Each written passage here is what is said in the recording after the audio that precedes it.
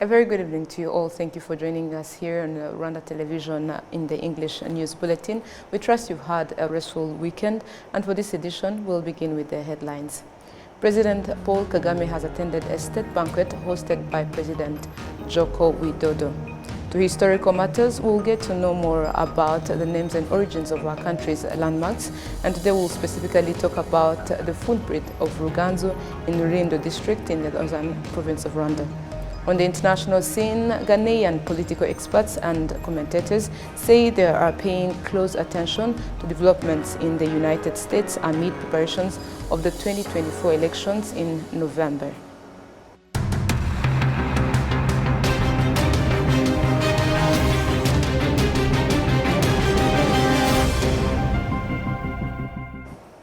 My name is Olive Nete. It's always a pleasure to have your company. Happy Sunday to you all and welcome to the news in details.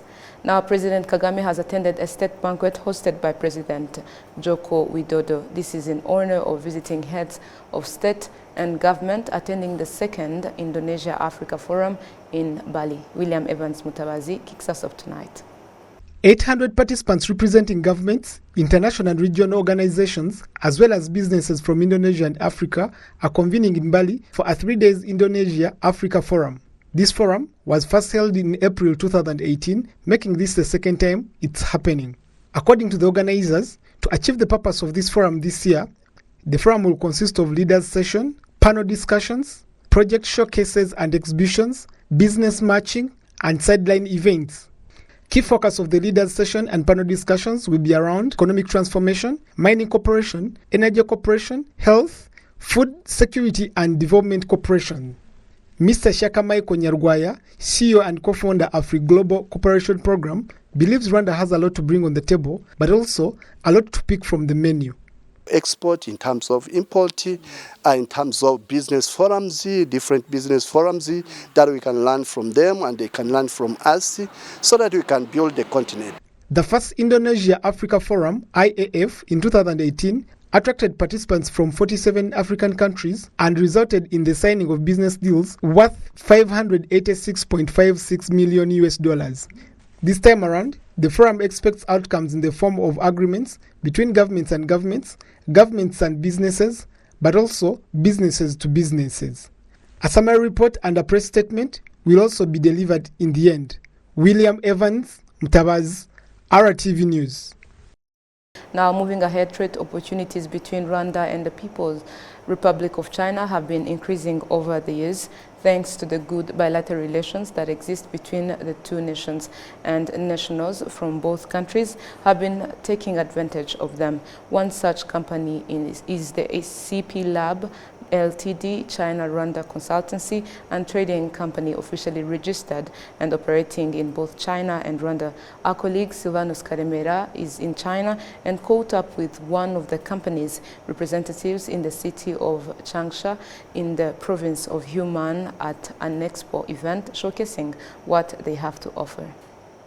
Well, basically, this is our company. It's a CP Lab company, CP Lab Limited company. We have offices in Rwanda and in China. Basically, what we do, we connect Chinese suppliers with the African market. We have a showroom in Rwanda where we get our samples from Chinese companies and we put in our showroom. So in case you want to buy anything or you don't know where to buy it, you come to our showroom. You can have a look what we have, or you can tell us what you want and we reach for you to the Chinese market. The things we get from Rwanda to China, we get chili. Rwandan chili is the best on the market. It's better than anywhere you can find. And also coffee. Yeah, those are the things we bring to China from Rwanda.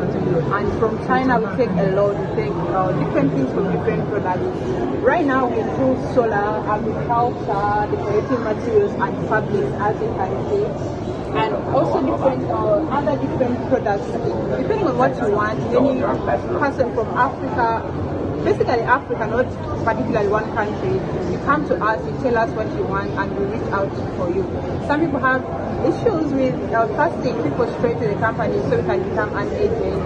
We also do tax clearing, import, and we bring in for you items from China to where you are, to the comfort of your home. You don't have to travel, you don't have to do a lot. So we're there at your service. It's really going well. We're getting along. We've worked with a lot of Chinese companies, such as like the solars, or the e-cars, because electric cars, electric vehicles is something that is coming in Africa right now. So we're putting that in progress right now, and it's really been doing amazing. We're not Chinese right now, and it's been here for some time. So for us, it's really good that someone who's just coming in for the first time. The turnout is really good. Before it was not really that good, but as time goes and as if anyone recommends to us, and you come and you experience great services, you also recommend your friends. So the turnout is pretty good, and we really appreciate, and more are still coming. We have a lot in store for you.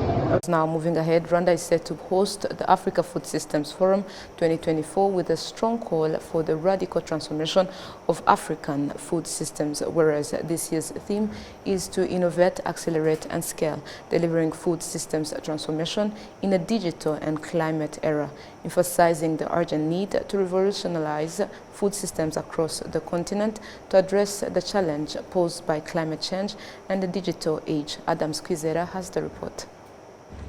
The upcoming forum, scheduled to kick off on Monday, is expected to host more than 5,000 delegates from various sectors. These include agriculture, financial institutions, and government partners involved in developing the agriculture projects. The Minister of Agriculture and Animal Resources, Dr. Mustafa Eldafons, highlighted that this forum presents a valuable opportunity to gain insights and strategies for advancing the agriculture sector. And we also bring politicians, global leaders. We invite also the ministers of agriculture across the globe, and the other ministers who treat files related to agriculture, like environment, forestry. At this time, we are also including health, education, and other, because this food system approach that countries are undertaking is not only about production. It's also about nutrition. It's also about education. It's also about caring for environment. So we are now moving in an area where we talk about food systems, because we are concerned with the production, the better nutrition, and the better education, and how we produce by taking care of our environment. So that's why we bring in this coordination approach, where we bring not the ministers of agriculture and animal resources, but also other related ministries that have something to do with agriculture. So we have a very big event, and we are ready as a country. We have put everything in place. The forum will take place in the KCC. And climate change and lack of financial resources in the agriculture sector have been identified as significant challenges threatening the African continent's efforts to achieve food security and build resilience in the food chain. Dr. Agnes Karibata, President of AGRA, emphasized that such issues are among of the most critical topics to be discussed at this forum, with the aim of finding lasting solutions to these pressing issues, which are crucial for ensuring food security and building resilience in Africa's food systems. The way we look at our role is, again, creating a platform that allows everybody to come together and contribute to ideas that can be the source of how we move forward. Number one, create an opportunity for people to put resources on the table. So very practically, some of the things we've done is use the forum as an advocacy platform to advance some of the things that are critical to the African continent. So for example, one of the things that is most important now is climate change. In the last forum, we agreed that we would take the food system conversations and climate conversations in COP28, and we did. We took these conversations and made sure that they're coming together in ways that are critical and embraced by governments. We had over 160 governments embrace the whole idea of food systems transformation. So I do think that this is something that we are extremely proud of. The other thing that Dr. Agnes Karibata also highlighted the importance of youth involvement in driving necessary changes within Africa's food chain. She emphasized that the continent's development is closely tied to innovation and technology, and the younger generation should be at the forefront of these transformative efforts. We want to engage youth and engage technology, and these are all very linked. We are being very intentional around how we encourage youth to come into the agricultural sector, And we are being very intentional around how we encourage youth around technology in the agricultural sector. Because we need to accelerate, we need technology to accelerate. We need people that understand how the sector needs to be moving differently. And we see youth and digitization and use of technology as elements we have not used enough to tap into the potential of the agricultural sector. And if we do feel like that's really the really most powerful part of really trying to accelerate the sector. Minister Dr. Musafer Eldafons pointed out that in addition to addressing food security programs across African continent, this forum will serve as an opportunity to showcase Rwanda's agriculture projects. And we have our pillars already, we have our goals already. It's agriculture modernization and innovation. It's about post-management. It's about market linkages. It's about environmental, climate-smart agriculture. So everything that has to do with innovation in agriculture and food security is embedded in our strategic planning. And for this forum, it's the first time we want to present what we call a legacy program. We put this thing together and have prepared a document that has a tangible project that are embedded in our PSTF5, which is the Strategic Plan for Agricultural Transformation, that will be presented to the donors, financiers, and international organizations who are capable of funding some tangible activities for the host countries. So we won't take that advantage. It's the first time we want to do it. Last time Tanzania did it, and also want to do it as a host country to make sure we leverage on this participation, to make sure that we raise some funds to implement tangible projects related to food system transformation. The Africa Food System Forum 2024 Annual Summit will be a timely opportunity to convene diverse stakeholders, including world leaders, investors, academia, farmers organizations, and private sector from 2nd to 6th September 2024 in Kigali. Adam Squizera, RTV News. Thank you, Adams, for the details. Now to historical matters, more about knowing the names and origins of our country's landmarks. Today we will explore the footprint of Ruganzu in Rulindo district, northern province of Rwanda, and the Culture Center offers an insightful look into the region's history with a special focus on King Ruganzu Ndori II, who freed Rwanda from its enemies in the 16th century. Take a look. In Rulindo district, Kabuye village, Gakoser in Rusiga-Rubi sector, and Gakenke district, there is a notable site known as Ruganzu's footprint.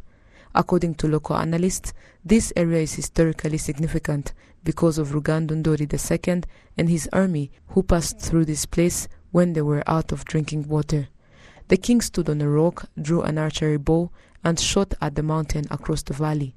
Miraculously, a spring of water formed, allowing his army to quench their thirst.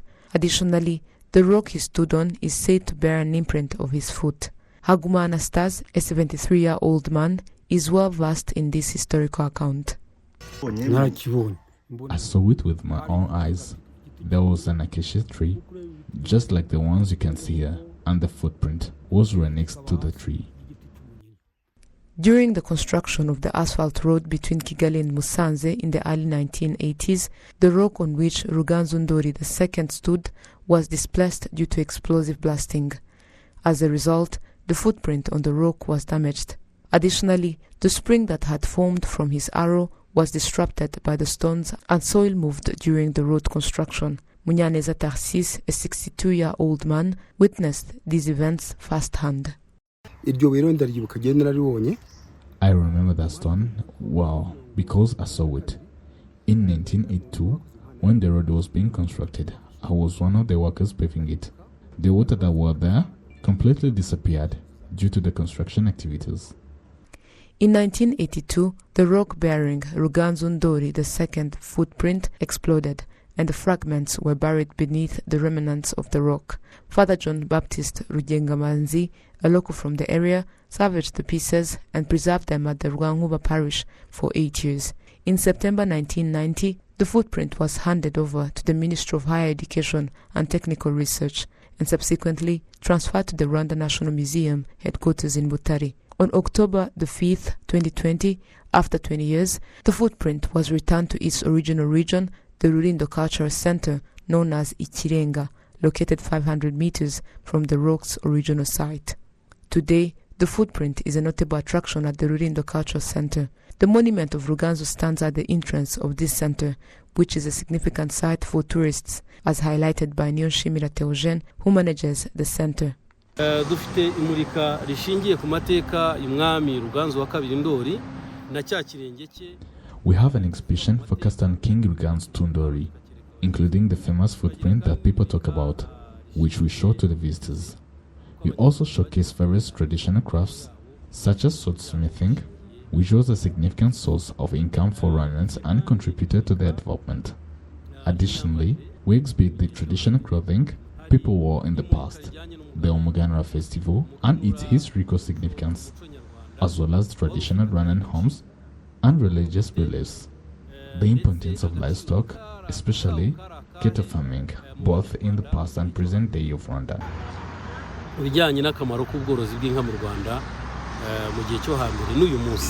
This site benefits the local community in several ways. Residents create and sell handicrafts to visitors, generating income and supporting local artisans. The area's historical significance also attracts tourists, further contributing to the local economy.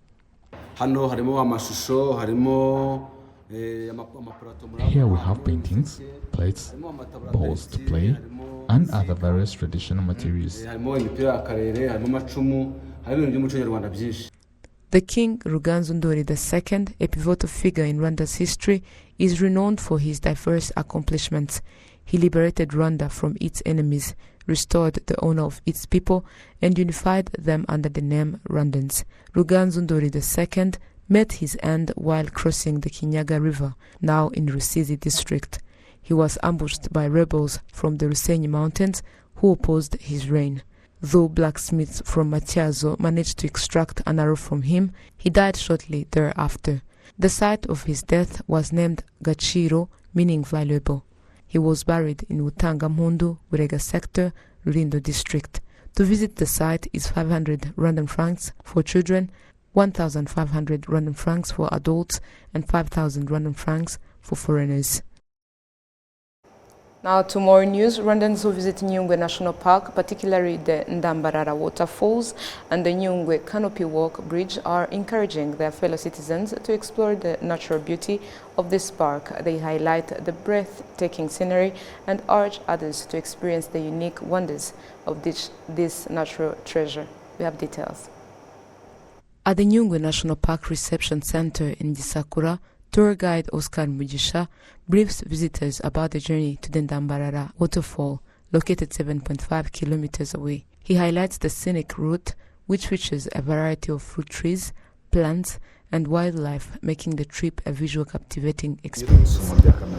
The Kenyans waterfall was once most well known, but the journey to reach here is quite challenging compared to the ones we're about to undertake. The Ndambarare waterfall, recently discovered, has a secure, simple, and manageable path, with various scenic beauties along the way. This is why it has become the favorite among visitors. The journey to Ndambarara waterfall offers a rich visual experience, featuring vibrant fruit trees, lush plants, and diverse wildlife. Visitors are greeted by the stunning beauty of the waterfall upon arrival.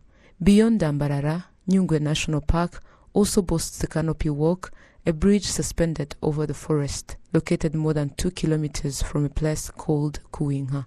The first bridge can hold only one person. The second and third can support up to 5 people. This bridge is one of the most visited attractions and is a key draw for visitors.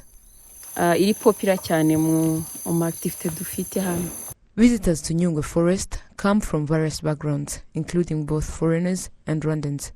Many Rwandans who experienced the Ndambarara waterfall and the Canopy Walk are particularly impressed by the beauty and uniqueness of these natural attractions. As you approach and starting hearing the sound of the waterfalls, curiosity builds, making you eager to discover what lies ahead. But when you finally arrive, it's a complete surprise.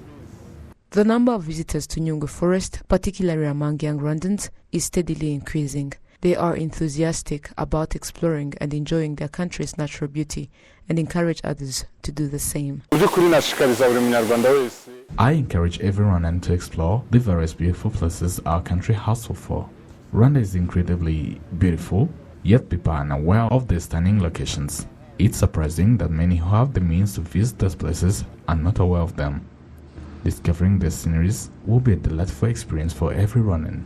The Nyungwe Canopy Walk Bridge, completed in 2010, stands 170 meters long and is 80 meters above the forest, offering breathtaking views.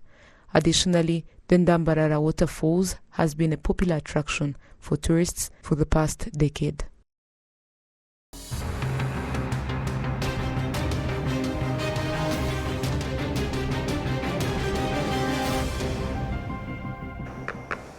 And on behalf of the technical and news production team, we sincerely thank you for being part of today's broadcast. Have a productive week ahead. Goodbye.